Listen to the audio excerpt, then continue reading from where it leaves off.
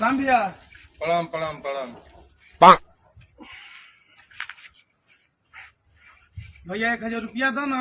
भाग साला, पैसा कहाँ दे रे? भैया बड़ा जरूरी काम बा। गंगा बोलम तो लौछार तोरो ऊपर गईल, लगले तू पैसा सूंघे। भैया काल कोनो कीमत पे दे दे। ठीक बा ले, लेकिन काल से परसों नहीं होए का चाहिए। ठीक बा। तू जनबे और तोर काम जानी। ठीक बा भैया। प्रणाम भैया। ठीक बा, प्रणाम जो। A few moments later. प्रणाम भैया। प्रणाम प्रणाम प्रणाम। क्या हो भैया हमारा पैसा दे देता। खेत नहीं मर दे का पर चढ़ वाला। भैया एक दिन खातिर नहीं दे रहा, आज 1 साल हो गए। तो ये ना देव कि गौवा छोड़ के भाग जाई। जा जब हुई तो दे तो जा।